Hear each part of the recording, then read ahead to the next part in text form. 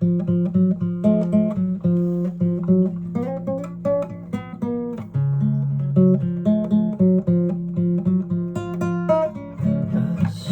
I be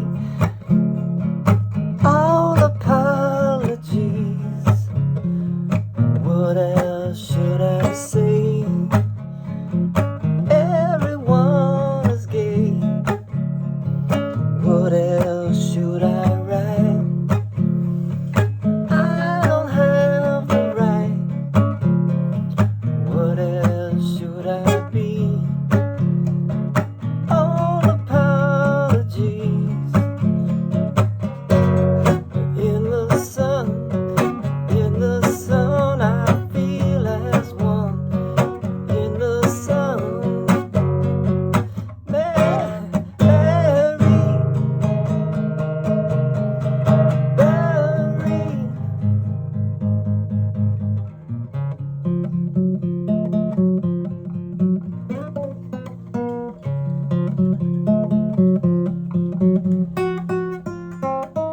sorry, messed up there. Okay. It's not about me playing the song, actually. This is All Apologies.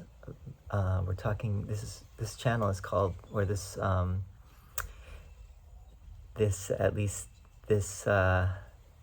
thing that we're doing is called The Gospel of Rock.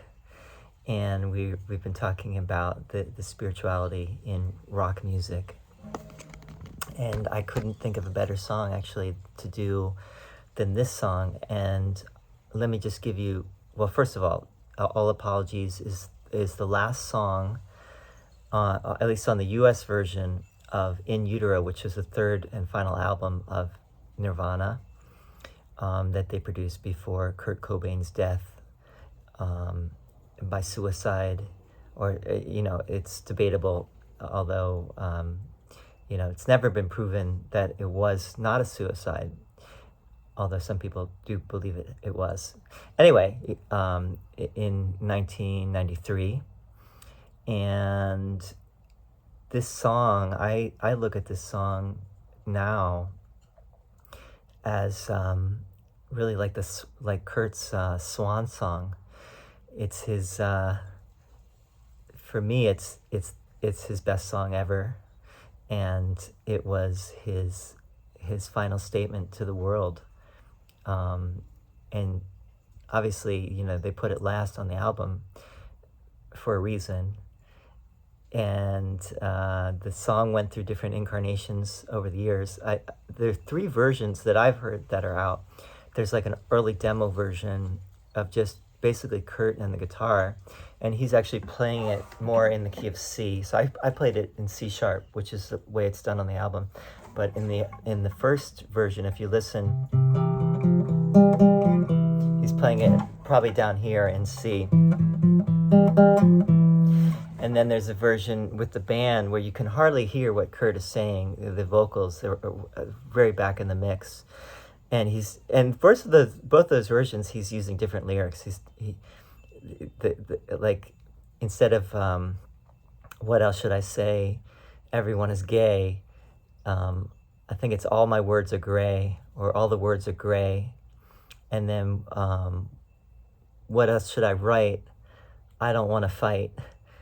And I'm glad. In many ways, I think that the changes were an improvement. The changes in the lyrics were an improvement. And I'm curious as to how that change happened, whether it was a group decision or Kurt's decision to change the lyrics. I know, once you get to the studio and once you're really focused on the songs, things can change. I know that, from recording myself, that, you get there and it's like, this is gonna go out to the world, and is this really what I want to say? And, sometimes the words are just kind of like a filler until you get to the recording process, and then you really focus on the words more. And I think Nirvana I think Kurt, from what he said himself, people took his words a lot deeper and read into it a lot more than he thought that they should, because he wrote a lot of stuff last minute. and just kind of spur of the moment. But even so, it's coming out of his subconscious, and there's something to that, So anyway, let's talk. Let me just tell you a little bit. I think this might help. I just really got into Nirvana after 30 years. I remember when Kurt Cobain committed suicide. I was living in Israel, and actually I was living in Israel the whole time, basically, that Nirvana got very popular. I wasn't even aware of it. I didn't even know who Kurt Cobain was when he died. I heard about it. I was at a yeshiva in Jerusalem studying, and all of a sudden there was huge news. He joined the 27 Club, along with Jim Morrison, Jimi Hendrix, Janis Joplin, and all the others, Brian Jones, and I kind of thought, I had never really heard of them, and I thought, oh man, this guy, he's not in the same league as them. He's who is he? So I hadn't listened to them, and even over the years I really didn't listen that much to them. I knew some of the songs. Obviously, I had heard All Apologies. I'd never really listened to it deeply. Obviously, I knew Smells Like Teen Spirit and About a Girl and a lot of the songs on MTV Unplugged. I think they did a great version of the David Bowie song there, which got played a lot on the radio. But I wasn't really a huge listener or fan. Now I am. Now I can really see his genius and his heart. That there's a reason why someone all of a sudden reaches superstardom like that. It was like overnight with Nevermind. It was they came up with that album, and then that changed like the course of music history, that one album. So that's something that has been talked about a lot. I would just say they were all brilliant musicians, sincere, authentic people. Kurt Cobain had a lot of heart and a lot of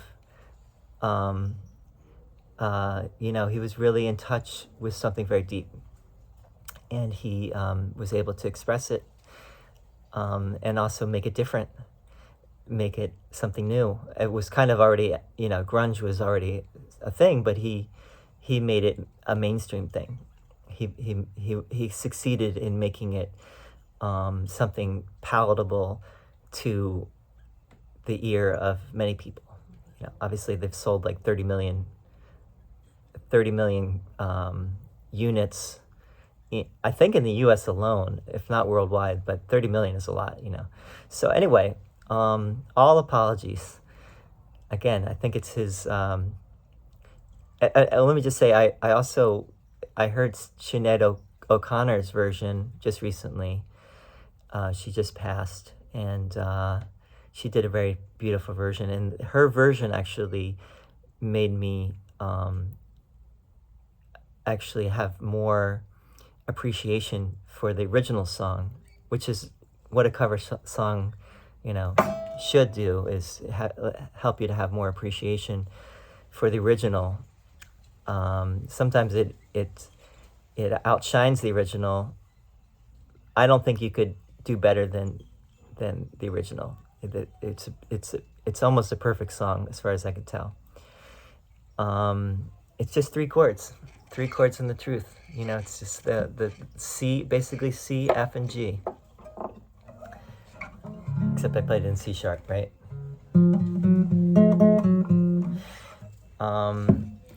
Has a great sense of melody. I think Kurt, he was just a great songwriter, and I think Dave Grohl said something like, when he heard the original version, he was like, this guy has such a great sense of melody. I can't believe he's screaming all the time. He could be writing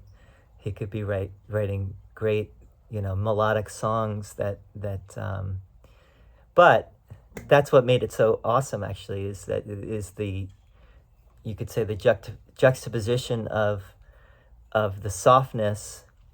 Like if you think of Smells Like Teen Spirit, you know, it starts nice and soft and there's a lot of spaciousness, and then all of a sudden he's screaming.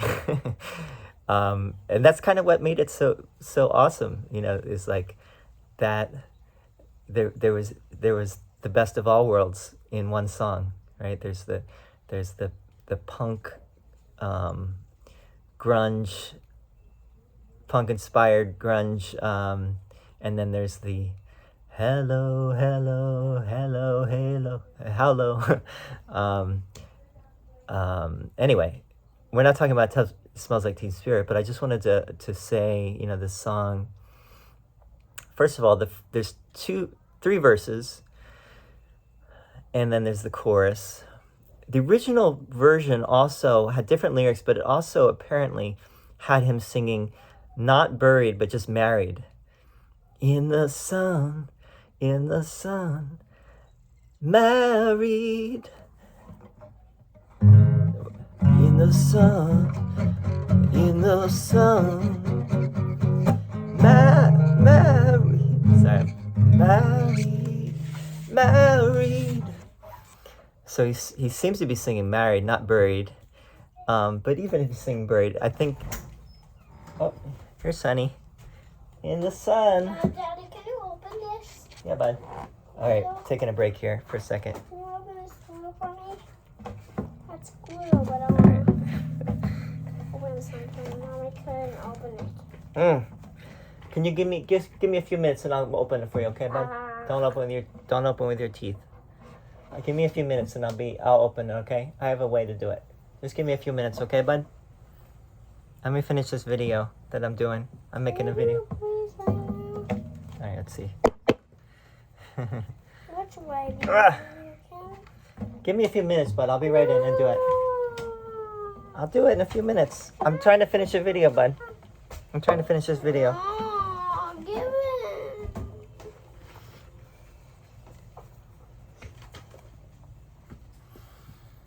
Okay. I'm gonna move it to it. Maybe we'll do part 2 of this video in a second.